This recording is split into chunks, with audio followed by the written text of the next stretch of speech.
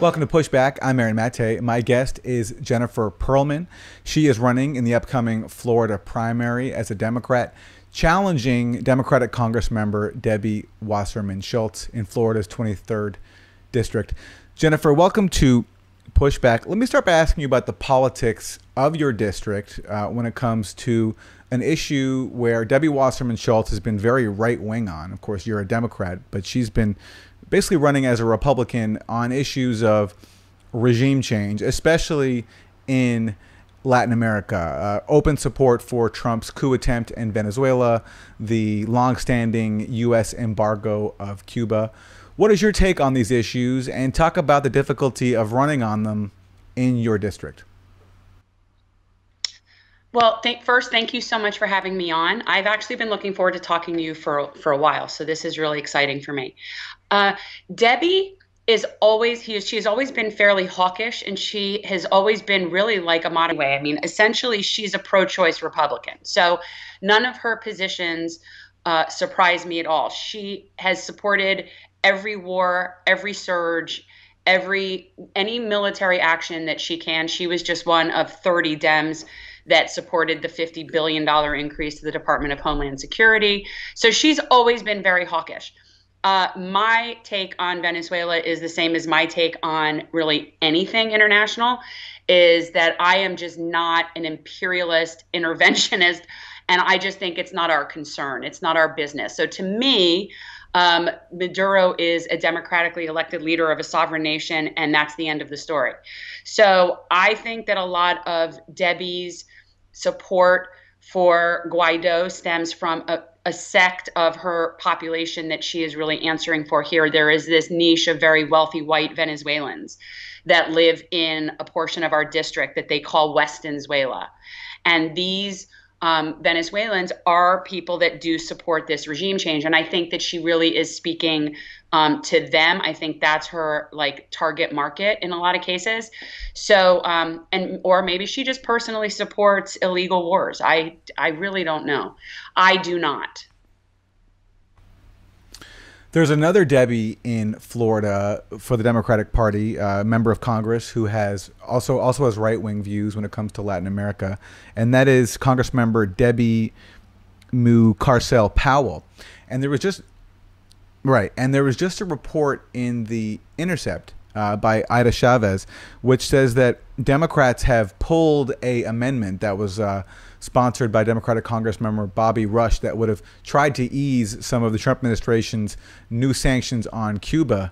And they did that to particularly help protect her seat. Can you comment on that and what that says about the state of the Democratic Party today? I find the state of the Democratic Party to be exactly the same as the state of the Republican Party. They're just corporate tools.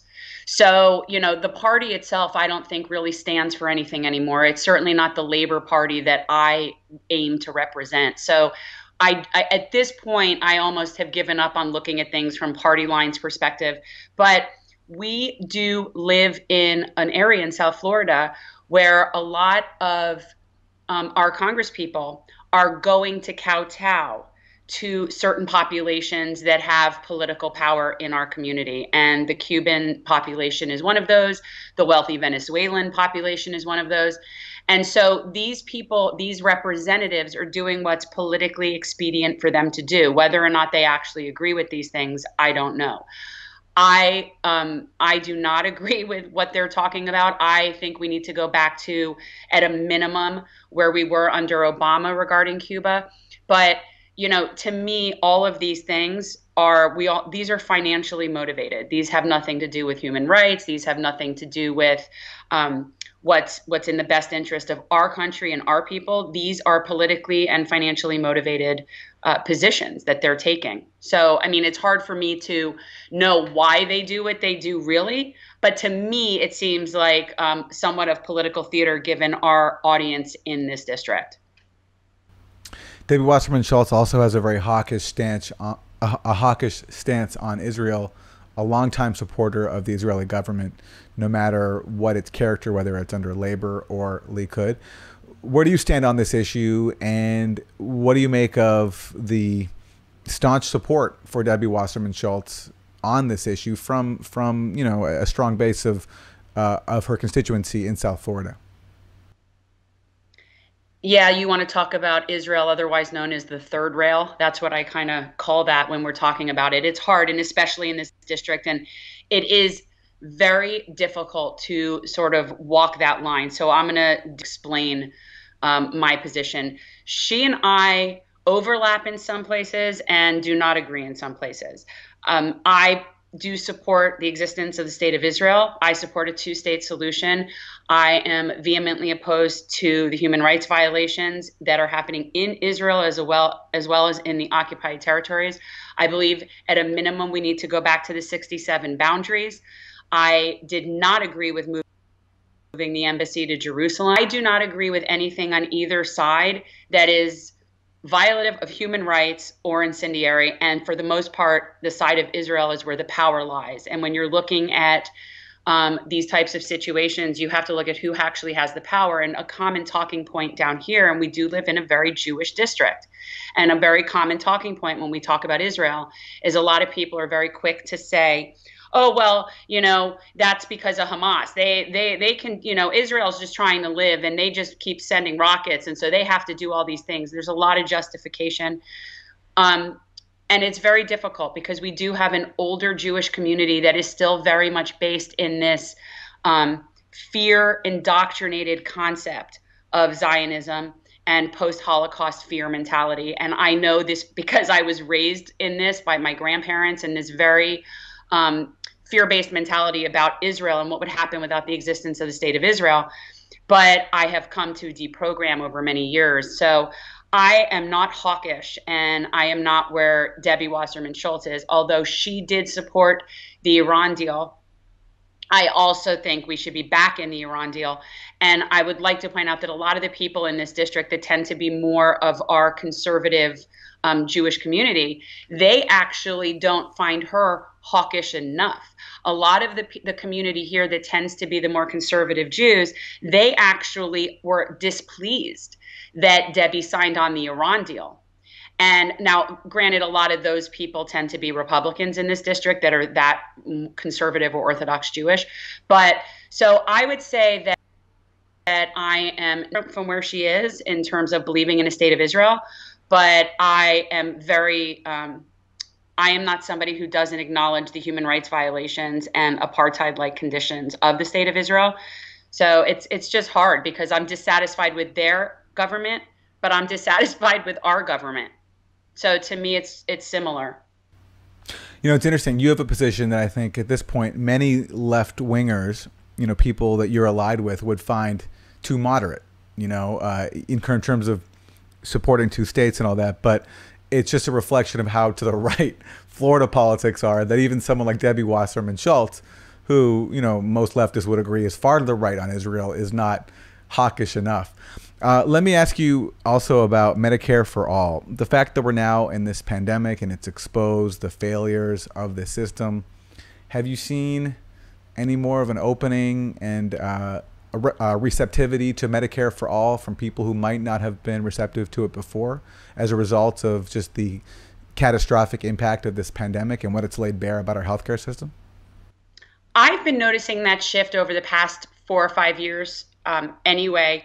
But yes, we are noticing a shift in that, especially as people are coming to realize that maybe the idea of having healthcare tied to employment isn't necessarily the way to go.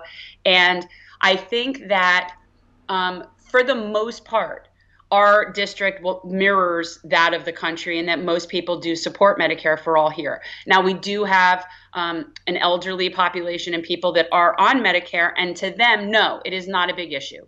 To them, they have Medicare, they waited for their Medicare, and everyone else should just wait for their Medicare. So there is a certain amount of that, and it is very generational. Support for Medicare is very generational, I find. There are some exceptions. There are some very woke boomers and such, but for the most part, it's really just a matter of getting the younger and the more disenfranchised people out to vote, more so than just our standard older Jewish super voters. When Debbie Wasserman Schultz had to resign in 2016 after the DNC emails were released showing that while she was head of the DNC, while she was chair of the DNC, she oversaw a rigged process against Bernie Sanders. Did that impact at all your decision to run against her? And has that had an impact, you think, on her legacy and her public image?